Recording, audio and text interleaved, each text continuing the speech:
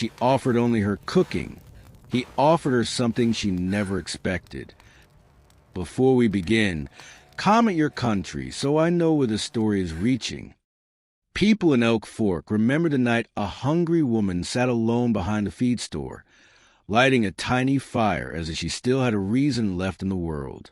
Her name was Lena Hart, and by then, life had already taken almost everything from her. She had crossed the plains with a husband full of promises. He worked long, punishing days and a silver claim, always believing the next shovelful would change their fortune. Instead, a cave-in ended his life and left with a handful of wages, a skillet, and grief that spread like cold. The town did not welcome widows with empty pockets. The boarding house raised its prices. The church women stopped visiting. By the second week, the landlord wanted someone with means in her room. So she packed what little she owned, a blackened iron skillet, a cracked tin of spices, and a bundle of worn clothes, and walked out without knowing where she was going. That night she sat in the wagon yard, shivering in her thin dress. She struck a match, built a tiny fire, and poured her last cornmeal into the skillet. She stirred until the pan warmed her hands, until the smell of onions and spice softened the hard night around her. People passed by, drawn by the scent, but no one stopped, except one man. Tom Briggs, an aging freighter with a beard like winter grass, leaned on the fence and watched her work. "Smells like someone remembered how to care," he said. Lena offered him half the meager cakes. They sat on a crate, sharing the warmth and silence. Tom took one bite and nodded slowly. "Not many can make nothing taste like something. You've got a gift." "I've only got a skillet," Lena answered. "Sometimes that's enough." After they finished, Tom asked her story. She kept it brief, but he understood the things she left unsaid. When she felt quiet, he tapped his walking stick on the ground. "You won't find work here," he said, "but there's a man up on the ridge.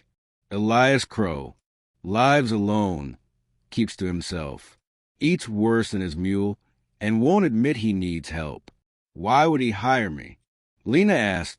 "He won't," Tom said, "but he might let you try, and if he doesn't starve first, he'd be better off for it." Tom explained that Elias had once had a wife and child, both lost to an early storm years ago. Since then, he stayed on the mountain, speaking little and trusting less. "Most folks fear the silence up there," Tom said, "but silence won't scare you if you've already lived with it." When dawn broke, he offered to take her as far as his wagon trail went. Lena climbed aboard, skillet clutched in her lap, like a promise she hoped wouldn't break.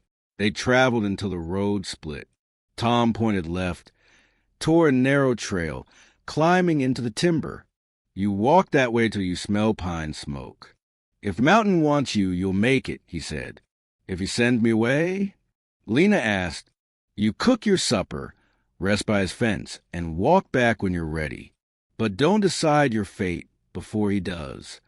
He pressed a cloak into her arms and left her standing alone. The climb was steep. Snow clung to the shaded path. Her boots slipped more than once, but she kept moving, guided by the smell of distant smoke and the sound of saw carried faintly through the trees.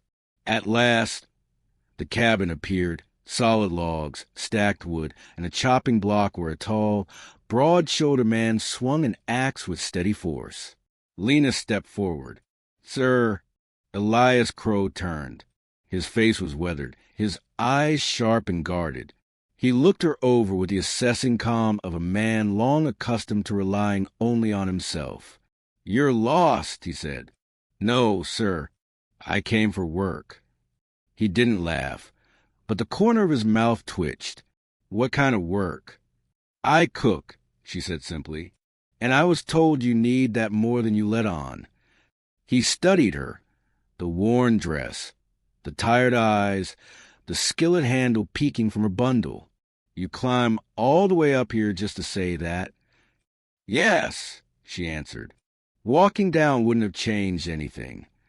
Elias exhaled like someone deciding whether the world was worth trying again. "One meal," he said. "Supper. Cook with what's in there. If it's good, you stay 3 weeks. If it isn't, you go back down before dark." "That's more than anyone else has offered," Lena said. Inside, the kitchen was a disaster. Unwashed tins, a crooked stove door, potatoes sprouting like weeds. But she set her skillet down and began sorting, slicing, stirring, building something warm out of scraps. When Elias sat at the table that evening, he didn't speak. He tasted, then tasted again, slower this time. He finished every spoonful, wiped the last broth with bread, and set the bowl down. "You can stay," he said. Outside, the first flakes of winter drifted through the trees, settling quietly on the roof of the place where Lena Hart's life was beginning again. Lena awoke on her second morning to the kind of cold that made breath feel heavy. The cabin was quiet, the world outside still blue with half-light. She rose before Elias stirred, fed the stove until the room warmed, and set about making breakfast from what little the pantry held. She worked quickly, turning oats, dried apple slices, and a pinch of spice into something hearty. As she cleaned the shelf and swept the floor, she heard a slow step behind her. Elias stood there, arms crossed, studying her without expression. "Breakfast is ready," she said. He sat, tasted the bowl, and didn't speak again until it was empty. "You work steady," he said, "and clean." He gave a small nod. For him, it meant far more than it sounded. The days settled into a rhythm that felt strange but welcome. Lena cooked. Elias hauled logs, vanished along trap lines, returned with pelts, and repaired whatever needed fixing. They spoke little, yet something eased between them each time they crossed paths. He began leaving practical signs of consideration. A bucket of clean water inside before dawn, a pile of chopped was stacked neatly by the door, a bundle of fresh herbs left on a hook. He never mentioned these things, and she never asked, but she noticed. By the 5th day, she understood just how long he'd lived with silence. That afternoon he returned limping, the knee of his trousers torn and darkened by blood. "You're hurt," she said. "It's nothing. Sit."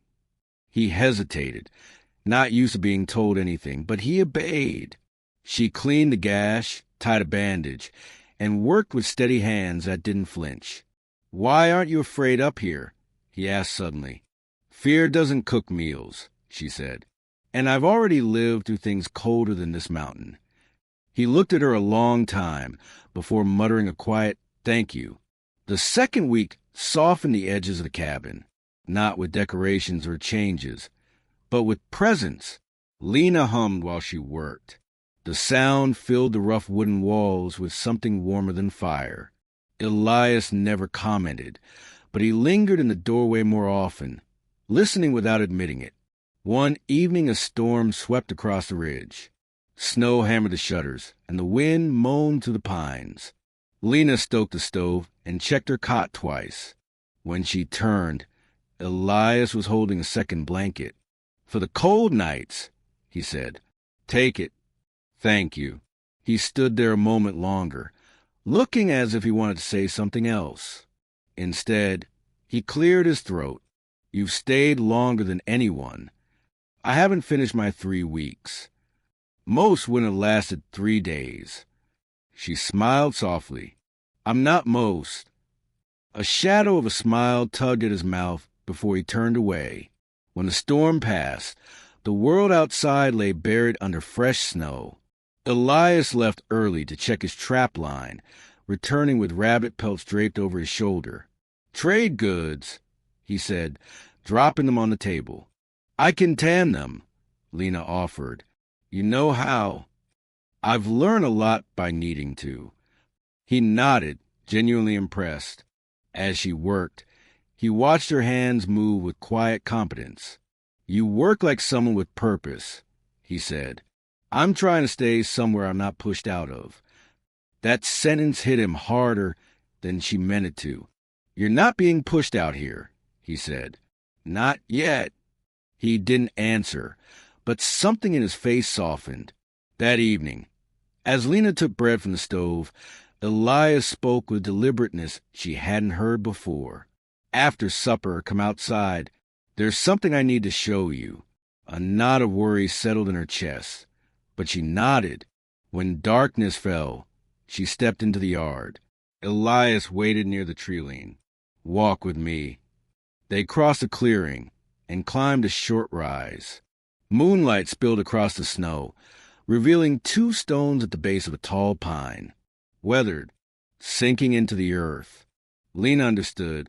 "My wife," Elias said quietly, "Eliza, and our boy." The words came rough, as if in use for years. "They were caught in an early storm. I was out cutting timber. By the time I got back—" He didn't finish. Lena laid a hand on the tree trunk beside the stones. "I'm sorry. I don't tell this for pity," he murmured. "Just truth. You deserve to know the place you walked into." She turned toward him, calm and steady. "I didn't climb this mountain looking for pity either. I came because something here feels less temporary than anywhere I've been." He studied her face in the moonlight, thin, determined, gentle in a way that didn't weaken her. "The mountain doesn't choose often," he said, "but it feels like it might be choosing now." Snow drifted through the branches, silent and slow. For the first time, Lena felt not like a visitor, but like someone the mountain might keep. If you're still here, make sure to like and subscribe so you don't miss the next story. The morning after Elias showed her the graves, the cabin felt different. Not lighter, not heavier, just honest, as if the truth he finally spoke had opened a window no storm could rattle shut again. Lena rose early, warmed the stove, and prepared breakfast with quiet hands. She kept replaying his words from the night before. Not promises, not demands, just a door he'd left open wide enough for her to step through if she chose. When Elias came in from gathering firewood, he paused in the doorway as if unsure whether he should speak first. "Bread smells good," he said. "Thank you," she answered. They shared breakfast without the old stiffness. He didn't hide his glances toward her, and she didn't pretend not to notice. Something between them had shifted into something neither of them wanted to deny. By the end of the 3rd week, the cabin no longer resembled the solitary place she had first entered. Herbs hung drying above the stove. The shelves were clean and orderly. Even the air felt warmer. Elias returned one afternoon from the ridge, carrying a small bundle wrapped in cloth. He set it on the table.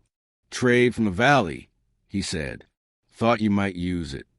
Inside were spices she hadn't tasted since her early married days. Bay leaves, pepper, dried garlic.